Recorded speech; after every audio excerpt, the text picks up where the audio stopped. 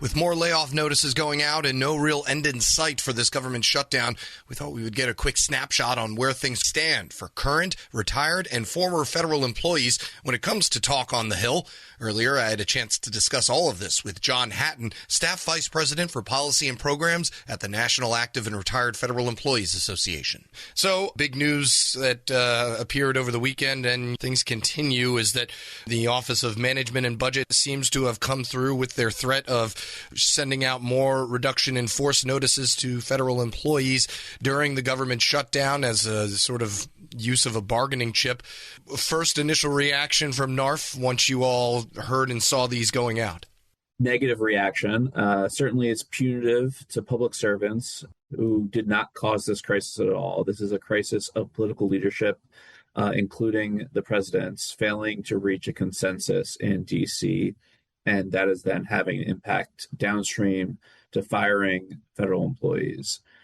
Two, it's a bad faith action in terms of escalating the conflict regarding this negotiation rather than de-escalating it and trying to find compromise. We've routinely called for good faith bipartisan negotiations. We think both sides need to do a give and take here to get out of this crisis. We also viewed it as illegal, as a violation of the Anti-Deficiency Act. The presidency has less power, not more, during a government shutdown. They don't have greater authority.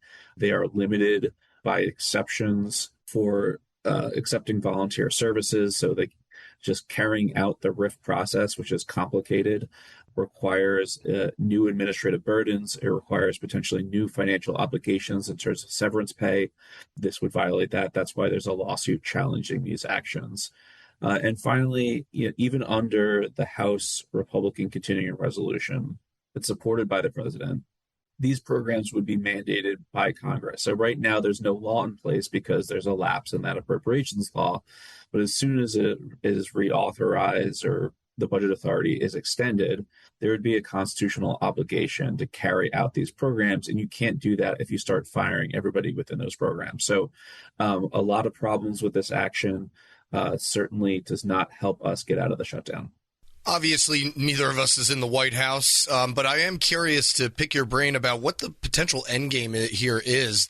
You just laid out the reasons of why these RIFs probably wouldn't stand up in court. Is OMB maybe taking the strategy of if we issue these during a shutdown, those folks who receive them may say, hey, this is just too much for me and go to move on. So even if the RIFs turn out to be deemed illegal, there would still be nobody to come back to said position. Is that a possibility, or what else do you think is at play here? I think the Office of Management and Budget under Russell Vought has been trying to leverage whatever claimed power they may have over the course of this last year. So they've been making very aggressive constitutional arguments about what they can do and not do that have been challenged in court, and certainly go against existing legal precedent, go against existing understandings of what the executive branch should do versus what Congress should do. This is another example of that. It's trying to have the executive branch make decisions that typically are in the hands of Congress. Gotcha. All right. And one of the other decisions that they have laid out is the potential for not providing back pay to furloughed federal employees, something that actually has some historical precedent. I mean, it was only just a few years ago that the furloughed employees of the 2018 shutdown had a court case resolved for them to receive said back pay. So this is always a legal sticky area, regardless of how pro-federal employee, if that's even a term, the particular administration is in the White House. What can you tell me about what this time around could mean for furloughed feds who may miss out on a whole entire paycheck and not see any sort of restitution? Well, the law is clear. This is law passed into law in 2019 and signed by President Trump. And it says furloughed employees will receive that back pay. OMB in its memo apparently is arguing that additional language that was added to that provision that says, and subject to enactment of appropriations, essentially renders everything before it completely meaningless. And Congress would now need to reauthorize that back pay. Now, prior to the passage of the Government Employee Fair Treatment Act, Congress routinely authorized back pay anyway. What that did was essentially guarantee it in the event of that shutdown and future shutdowns. So the OMB is trying to go back on the entire purpose of that law, the exact writing of that law, and saying that Congress now has to go back to when that before that law was passed and actually explicitly authorize it. We don't think so. That subject to an enactment of appropriations language simply means that the funding needs to be available to pay the back pay. Theoretically, if they decided to not reauthorize an entire new program, then maybe that is not a case where that clause would come into effect, but it does not apply to people who are in a situation where when the government reopens, there's no controversy over whether their job is still going to be there. And in those cases, this law is very, very clear. They get back pay. What are you hearing from folks on the Hill and representatives in Washington, D.C. that are on the political side of things? Mike Johnson has kind of laid out that we could be in for the long haul here. Any sort of light at the end of the tunnel for federal employees right now sitting on their hands? I think it's still too early to tell. I don't think we see the light yet. I've just read some reports of some back channel talks about some deal on the Affordable Care Act premiums. I think that has to be part of it. I think some general bipartisan agreement on the appropriations, at least a path towards that likely needs to be part of it. What comes first, the reopening or a deal on ACA, I think may be relevant. I think Republicans may not want to be in a position of saying they're negotiating during the shutdown. But I think if you get people in a room with a genuine desire to end this and negotiate, I think you can come to a deal on a lot of these provisions, even on the Affordable Care Act premiums. There's a group of Republicans who want to see this fixed too. So even if the leaders in the Republican Party are less supportive of it or have to deal with those in their conservative base about putting this on the floor, I think there's a deal to be had there. I don't know what the contours of that are. I'm not certainly in the Affordable Care Act premium space, but I think there's something that could come together there at some point in time. I think it would make sense for Republicans to get that deal done before the notices go out on November 1st. On the other issues on, who decides what the government does, Congress or the executive, these controversies regarding impoundment and rescissions, some of the bills that the Senate has been working on in a bipartisan basis have started to address some of that.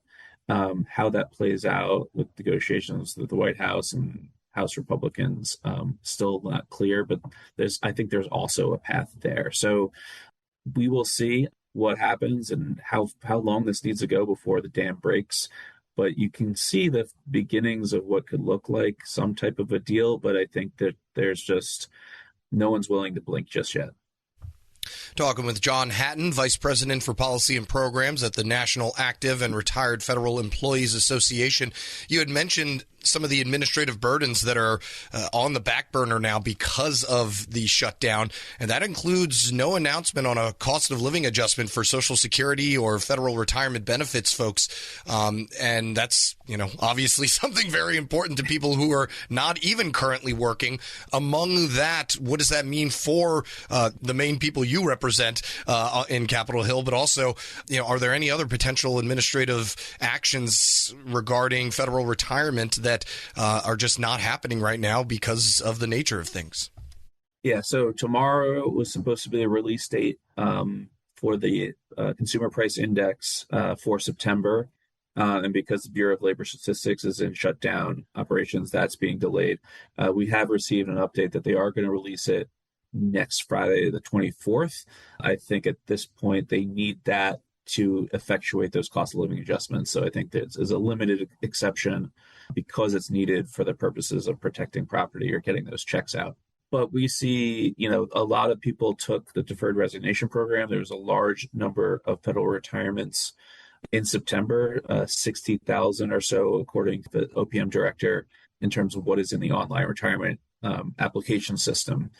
A lot of those applications are hung up at the agency level and not transmitted yet to OPM. That may delay the interim pay for retirement. and then delay the eventual processing of those retirement benefits. So not only is the system going to be overwhelmed with the sheer number of that, even in the best of times when government is open, certainly agency operations being in shutdown are going to create further delays on that as well. And this is all coming at the rollout of ORA, which is kind of a new retirement system for federal employees.